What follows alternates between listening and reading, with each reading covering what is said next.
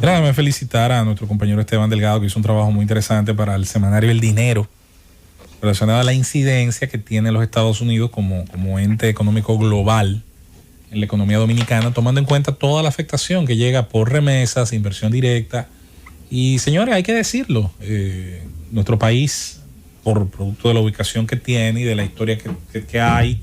buena, mala, con todas las situaciones que han ocurrido, pues hay ciertamente un cordón umbilical muy importante, que no siempre fue así. Es bueno que la gente sepa, hasta muy avanzado el siglo XIX, nuestro país tenía una gran inclinación exportadora hacia Europa, de maderas y de rubros agrícolas. El tabaco comienza a cambiarlo todo, aunque todavía tenía una predilección por el mercado europeo. Y ni hablar ya de la llegada de la explotación de la caña de azúcar. Así como también el tema frutal, aunque nuestro país nunca estuvo en la órbita de la famosa United Fruit Company, en cuanto a como sí lo estuvo Centroamérica, porque sí hubo una inversión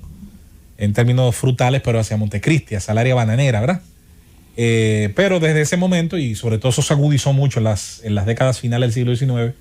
y en las primeras décadas del siglo XX, pues ahí ya se da ese cambio que sin dudas genera una importante dependencia de ese mercado. Dicho sea de paso, Esteban, en los años 90, cuando Chile iniciaba ese proceso agresivo de apertura y sobre todo de medidas económicas de carácter liberal, que el resto de América Latina miraba como con mucho asombro, con mucha crítica, pero viendo cómo funcionaban, Chile logró temprano, muy temprano, cuando todavía no se había hablado, cuando todavía no aparecía tanto experto en China, ya Chile tenía hace décadas el famoso equilibrio entre lugares de exportación. Estados Unidos, Europa y China lo tenía casi equilibrado. Que de hecho por momentos tenía un equilibrio, yo diría que, si no perfecto, parecido. Así que ese es un ejemplo en cuanto a un país que logró en un momento dado, hacia sus tres destinos principales de exportación, pues tener cierto equilibrio. Y eso es interesante. Miren, salió una información a nivel internacional, y es que el interés de la gente en estar informada por el tema de la vacuna, oigan esto, señores, lo que más ha modificado la vida de los seres humanos en el planeta de enero para acá, de febrero, cuando usted se enterara de la pandemia, es el COVID-19. Y desde entonces, desde el inicio, con mucho pánico, con muchísima desinformación, con mucho mito, pasando ya los procesos naturales de asimilación y de, unos procesos de asimilación que son distintos dependiendo de lo que usted haya perdido en el camino. Hay quienes lo han perdido todo en materia de producción, en materia de economía. Hay quienes han perdido más que eso, porque perdieron familiares y perdieron compañeros de vida, en el caso de los que perdieron sus esposos o esposas, perdieron padres, hijos, en muchos casos. A pesar de todo esto, en un estudio que hace el Foro Económico Mundial y el Instituto Ipsos, las búsquedas a nivel de Internet y el interés mostrado por la gente en materia de la vacuna se ha caído en los últimos meses. Y esto genera una lectura interesante porque varias veces aquí hemos tenido yo diría que ni siquiera el debate, porque creo que todos estamos de acuerdo, pero sí hemos coincidido, y recuerdo que la voz cantante ha sido el compañero Esteban y a veces la compañera Yulisa. La gente le ha perdido el miedo. La gente ha aprendido a vivir sabiendo que hay algo que tiene que hacer un esfuerzo, así sea mínimo, usando la mascarilla, lavándose las manos, manteniendo unos niveles de higiene lo más alto posibles, pero de todos modos se corre un riesgo. Ese riesgo al inicio, creo que mucha gente somatizaba que era mortal por necesidad, pero la gente fue entendiendo que una vez adquirido el virus, de acuerdo a muchos aspectos que van de la edad, los aspectos de salud, tanto congénitos como desarrollados, que puede tener una persona, los factores de riesgo típicos que se dan en ese tipo de enfermedades infectocontagiosas, y por supuesto, el tema de, hay que decirlo, las costumbres, no voy a decir el término vicio, que quizás es muy fuerte, las costumbres que usted tenía antes de padecerlo, y obviamente un gran factor de suerte siempre. Todo eso pues genera unos números donde cuánta gente de los que son contagiados llega a generar la sintomatología suficiente para darse cuenta primero, para luego acudir al personal médico que le va a decir si se queda aislado o no, o si en efecto desarrolla una sintomatología lo suficientemente fuerte como para terminar siendo hospitalizada, y dentro de los que son hospitalizados, aquellos que necesitan cuidados intensivos de la asistencia incluso para respirar, los famosos ventiladores que son necesarios para esos pacientes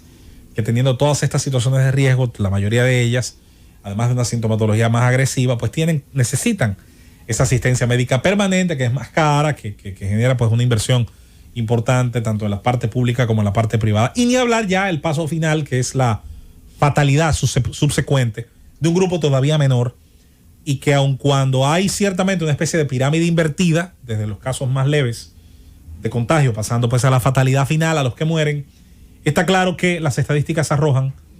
que la mortalidad de esta pandemia en comparación a otros procesos pandémicos que el mundo atravesó, hay que decirlo, no es la más alta.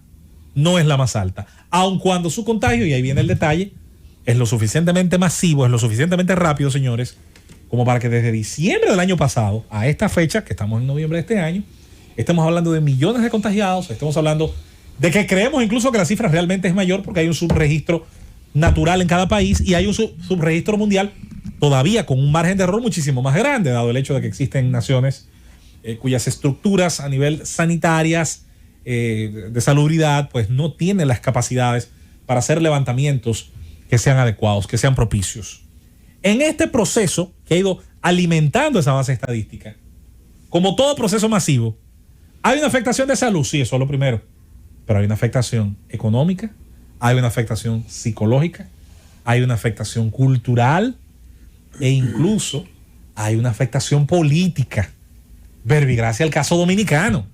El caso nuestro, bien podemos esa última vertiente saberla de antemano, porque fuimos uno de los países que tuvo la situación, buena o mala, por virtud o desgracia, en el cual coincidiera uno de los momentos más álgidos de la pandemia con nuestro año electoral. La Academia Dominicana, las universidades dominicanas, y yo diría que casi todos sus decanatos y aquellas universidades que están interesadas en el tema de la investigación, yo creo que la vida les ha dado una situación lo suficientemente grande, numerosa, muy densa por donde se le mire, para hacer investigación, hacer levantamientos y estudiar, en el caso que nos toca, en el caso dominicano, porque otros países lo harán con sus recursos humanos, estudiar esas afectaciones.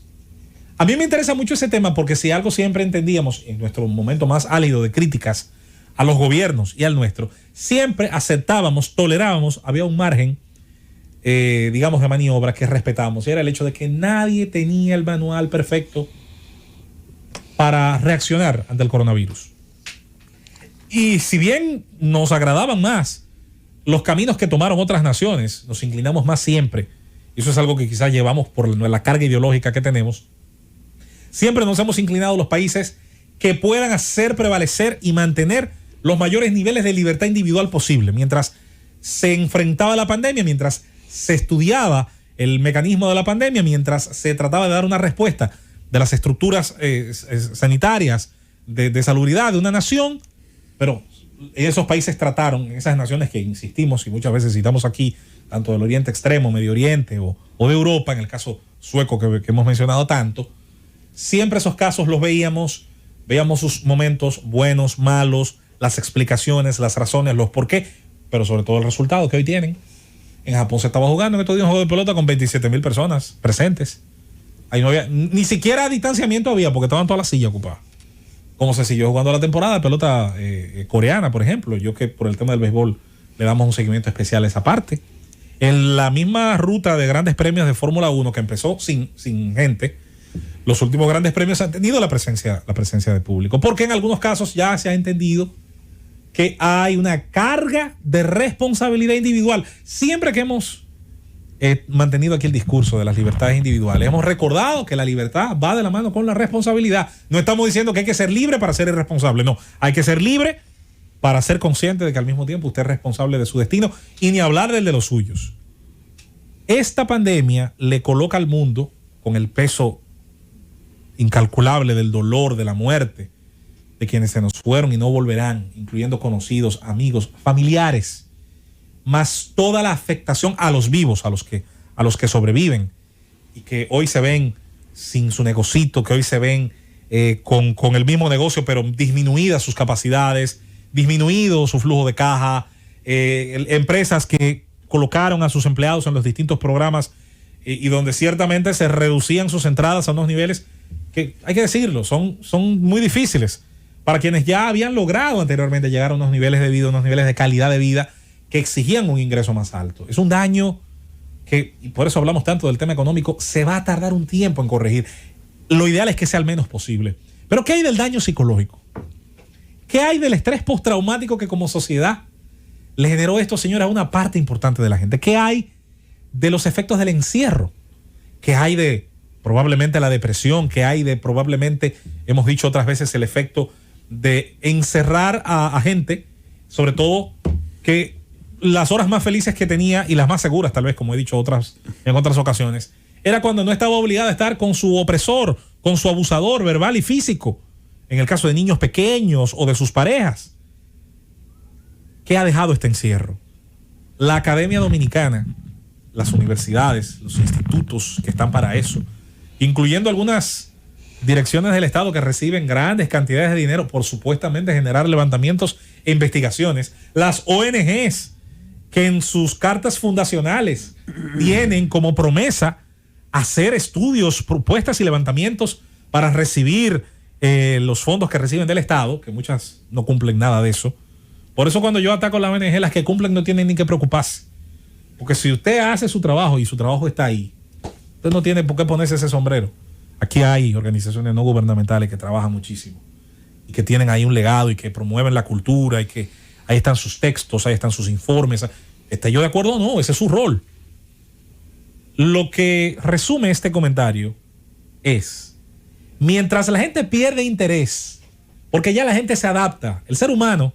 está condenado a buscar la manera de vivir y sobrevivir. Así tenga que adaptarse a la guerra, así tenga que adaptarse a la sequía, así tenga que adaptarse a la mosca CC, así tenga que adaptarse a todo, señores. Somos una especie que ha aprendido desde los tiempos, desde el inicio de los tiempos, a hacerle frente, a ser resiliente, término que yo no sabía usar mucho, pero que he tenido que adaptarme hace poco, a ser resiliente ante las amenazas que le hicieron superar primero a sus competidores naturales y luego entre seres humanos esa competencia que nos ha llevado a donde estamos. La pregunta es, las lecciones que esto habrá dejado, ¿las aprenderemos? ¿Cuáles son? ¿Podemos producir aquí dentro de la propia República Dominicana, en el conocimiento que tenemos, moralejas, conclusiones que nos servirán para una próxima vez? Que ojalá no ocurra nunca, y con eso nos vamos, Francis, pero que estamos simplemente en la tómbola de la vida y puede pasar, y puede perfectamente pasar. Y cuando ocurra, que la historia no nos encuentre con los pantalones en los tobillos, Francis, que nos encuentre con al menos algunos manuales, algunas experiencias positivas que no queremos repetir, pero que si se dan sería interesante para no cometer los mismos errores.